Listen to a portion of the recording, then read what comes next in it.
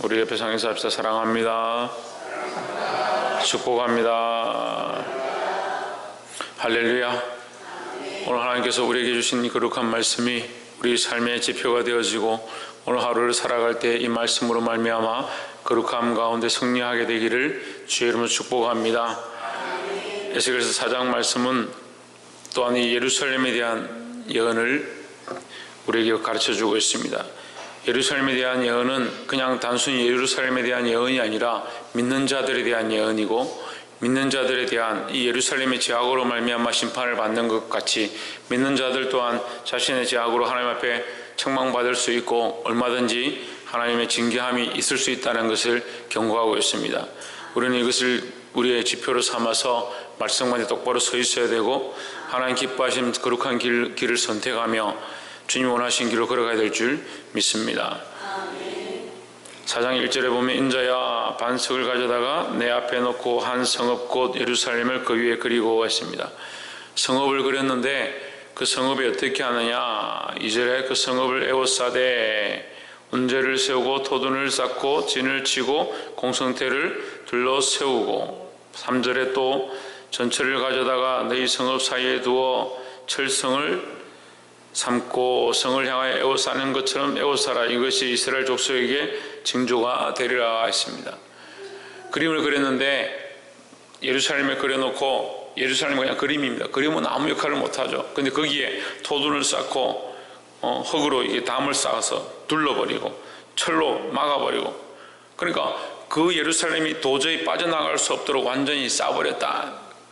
이것은 하나님께서 정하신 바고 정했기 때문에 피할 수 없다는 거예요. 근데 우리가 하나님 정하셨기 때문에 피할 수 없다라고 단순히 이렇게 볼 것이 아니고 왜 하나님 정하셨느냐 또 생각해야 됩니다. 그것은 예루살렘에 대한 경고를 여러 번 하셨지만 예루살렘 돌이키지 않은 연고입니다. 하나님께서 우리의 삶 가운데 여러분 경고하시고 선한 길들을 보여주시고 하나님께서 선한 길로 인도하시고 축복하시고 지금까지 기다리시지만 돌이키지 아니할 때에 그 땅에 징계를 주시는 것처럼 우리에게도 책망하시는 일들이 있다는 것을 보아야 합니다. 많은 사람들이 착각하는데 우리가 예수 믿고 구원받았기 때문에 우리는 징계도 없고 책망도 없고 하나님께서 항상 좋은 길들을 주신다. 천만의 말씀입니다. 그럼 우리에게 연단할 일들이 없겠죠. 우리를 자라게 하실 필요도 없고, 어제 우리 말씀처럼 불로 연단한 금을 사서라고 했습니다. 그리스도가 불로 연단한 완전한 금이신 것처럼 우리도 또한 불로 연단된 삶을 살고 거기서 정금같이 나오기를 원하신다라는 겁니다. 그러니까 우리 삶에도 고난이 있죠. 고난이 있는데 고난은 크게 두 가지입니다. 하나님께서 우리를 단련하시기 위해서 주시는 고난과 우리의 죄악으로 말미암아 하나님께서 우리를 변화시키기 위한 고난이 있다라는 겁니다. 그래서 이 정해진 바와 같이 이것을 싸고 둘러싼 것은 어떻게 볼 땐 답답하고 어떻게 믿는 사람들에게 이런 일이 있을 수 있느냐라고 할 수 있지만 결국 그것은 우리의 죄악으로 인합니다. 우리가 이것을 알고 이 말씀을 깨달았을 때 빨리 돌이켜야 한다는 겁니다. 우리가 첫 번째 나눌 말씀은 결국 우리의 연약함 때문에 이런 고난이 있다는 것을 깨닫고 이런 문제가 있을 때 빨리 돌이킬 수 있기를 주의 이름으로 축복합니다. 두 번째는 5절 말씀에 내가 그들의 범죄한 횟수대로 내게 날수를 정하였나니 곧 390일이니라. 너는 이렇게 이스라엘 족속의 죄악을 담당하고 있습니다.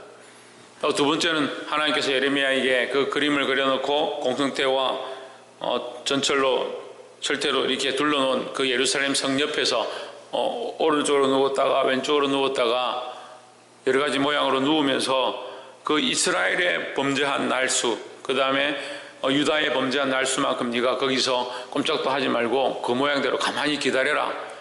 기다리면서 떡을 해서 먹으라. 이렇게 합니다.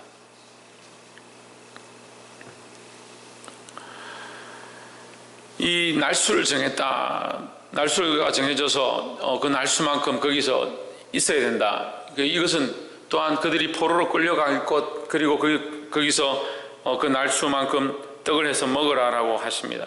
떡을 해서 먹는 것과 그 날수가 정해진 것은 하나님의 심판이 반드시 있다.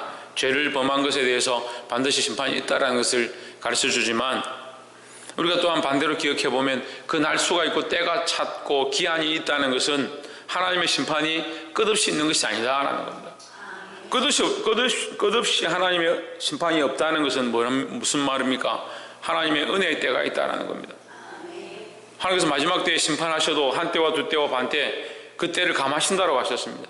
하나님께서는 계속 뭘 하시냐? 은혜로 우리에게 주어질 책망과 징계와 채찍을 감하신다라는 겁니다. 우리는 이걸 기억해야 합니다. 하나님은 계속해서 우리에게 기회를 허락하시고 깨닫게 하시고 또한 할 수만 있으면 은혜를 더하셔서 이것을 회복해 하기를 원하신다라는 겁니다. 하나님께서 우리의 이 사랑의 방향으로 그 때를 정하셨지만, 심판의 때를 정하셨지만, 공의의 방향으로 우리에게 심판을 정하셨지만, 하나님은 이 공의로 끝까지 가셔서 우리를 망하게 하고 돌이키지 못하게 하는 것이 목적이 아니라 우리를 향하신 하나님의 사랑과 긍휼과 은혜로서 돌이키게 하고 빨리 회복되어지기를 원하신다라는 겁니다. 하나님께서 이 은혜를 더하셔서 우리가 받아야 될 이 징계와 우리가 오히려 망해야 될 이 일 가운데 죄로 말미암아 죽을 수밖에 없는 우리를 하나님의 긍휼로 돌이키고 있다는 사실을 늘 기억하고 하나님을 바라보시기를 주의 이름으로 축복합니다. 그래서 연약한 사람들이나 이 어린아이들을 이렇게 보면 좀 고난이 닥치면 원망부터 합니다. 하나님 왜 나에게 이렇게 하십니까? 우리가 사실 우리의 연약함 때문에 이런 일들이 닥치니까 원망할 일이 없습니다. 그리고 또한 그런 고난이 닥쳐도 하나님의 은혜와 자비를 구할 수 있는 겁니다. 왜? 하나님께서 이 때를 감하시는 그 은혜를 항상 가지고 계시기 때문에 하나님 이 문제들이 빨리 해결되게 해주십시오. 할 수만 있으면 이 일로 인해서 우리가 완전히 망하지 않도록, 아이들이 완전히 넘어지지 않도록 도와주시옵소서, 그렇게 기도해야 된다라는 겁니다. 교회 안에도 마찬가지고 가정에도 마찬가지고 문제가 생기면 우리의 연약함 때문인 줄 알고 하나님 앞에 엎드리고 기도하고, 기도할 때 어떻게 하느냐? 하나님의 이 속성, 하나님의 마음을 알아서 하나님께서 이 문제로 인해서 끝나는 것이 아니라 긍휼을 더하셔서 이 문제가 빨리 해결되길 원하시는 그 하나님의 마음이 있음을 알고 하나님 이 은혜를 우리에게 덧입혀 주시옵소서, 그렇게 기도하기를 주의 이름으로 축복합니다. 마지막으로 세 번째 우리가 볼 것은 14절에 내가 이르되 오호라 주 여호와여 나는 영혼을 더럽힌 일이 없었나이다. 어려서부터 지금까지 스스로 죽은 것이나 짐승에 찢긴 것을 먹지 아니하였고 가정한 고기를 입에 넣지 아니하였나이다 했습니다. 왜 이 말을 하냐면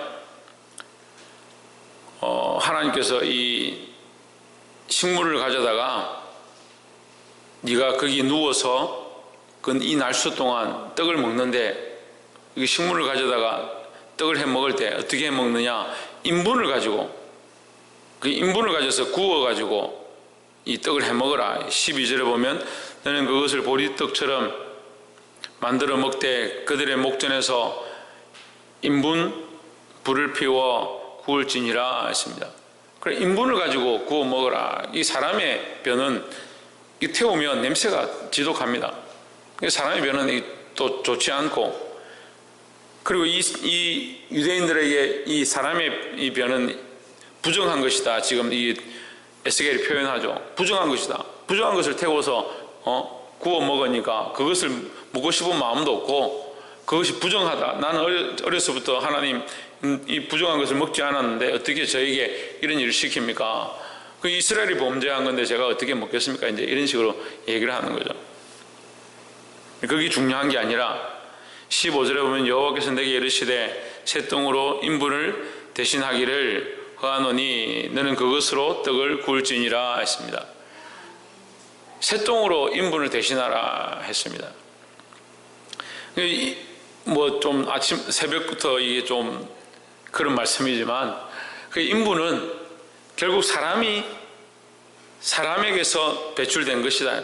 그 사람이 먹어서 사람에게서 배출된 것이다. 우리가 우리의 범죄함으로 우리에게서 발생되어진 것이다. 지금 이 예루살렘이 이 심판을, 이 고난을 당하는 이 모양이 뭐냐? 자신들의 범죄함으로 자신들이 먹은 것 때문에, 자신들이 행한 것 때문에 발생한 일이다 하는 거예요. 그것을 태워서 먹기에 감당이 안 된다는 거죠. 그래서 대신해서 하나님께서 그에게 허락하신 게 새똥입니다. 근데 성경은요, 물론 지저분한 얘기지만 성경은 모두 다 대신되어지는 일들에 대해서 가르쳐 주십니다. 왜냐하면 우리는 부족하고 연약해서 다 할 수 없기 때문에 하나님께서 대신하게 하시는 일들을 허락하십니다.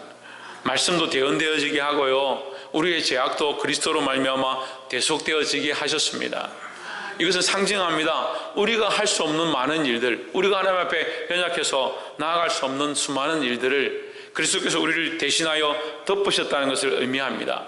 누가 허락하셨느냐? 하나님께서 대신되어질 것들을 허락하셨습니다. 이 쇠똥으로 구워서 먹도록 대신하여 할 수 있도록 허락하셨습니다.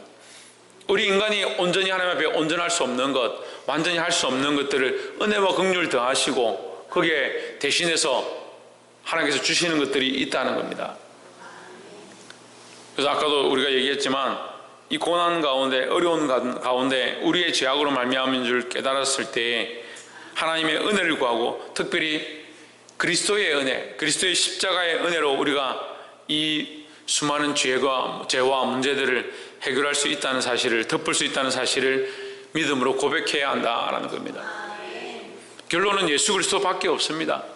우리가 특별히 하나님 앞에 나아가며 기도할 때에 많은 사람들이 이게 두렵지 않아서 이런 일들을 하는데, 하나님 앞에 엎드려 기도할 때에 자기가 막 그냥 기도하고 끝나는 일이 있습니다. 반드시 그리스도로 덮어야 합니다. 우리가 하나님 앞에 나아갈 때 맨 처음 회개가 있어야 하고 마지막 끝날 때 예수 그리스도로 덮는 겁니다. 예수 그리스도 이름으로 기도한다. 우리가 하나님 앞에 기도할 자격이 없습니다. 이게 교만한 사람들의 생각이에요. 나는 잘 살았으니까, 나는 잘했으니까 내가 기도하면 되지. 아니에요. 우리의 이름으로 기도할 수가 없습니다. 우리의 자랑과 우리의 권세로 기도할 수가 없어요. 반드시 누구의 이름으로? 예수 그리스도의 이름으로 덮어야 한다는 겁니다. 그래서 우리의 공로 아닙니다. 우리의 힘으로 할 수 없습니다. 하나님, 우리는 부족합니다. 예수 그리스도로 덮어주시옵소서. 그래서 우리 안에 수많은 문제와 또한 어려움과 우리 가정에 이러한 것들이 있을 때에 하나님의 은혜를 구하고 하나님의 긍휼을 구하고, 또한 특별히 누구의 이름으로? 예수 그리스도의 이름으로, 내 이름이 아니라, 내 공로가 아니라 나는 부족하오나 그리스도로 덮어주시옵소서, 그리스도로 긍휼을 덧입혀 주시옵소서 하는 마음으로 기도할 수 있는 저와 여러분 되시기를 주의 이름으로 축복합니다. 기도하겠습니다.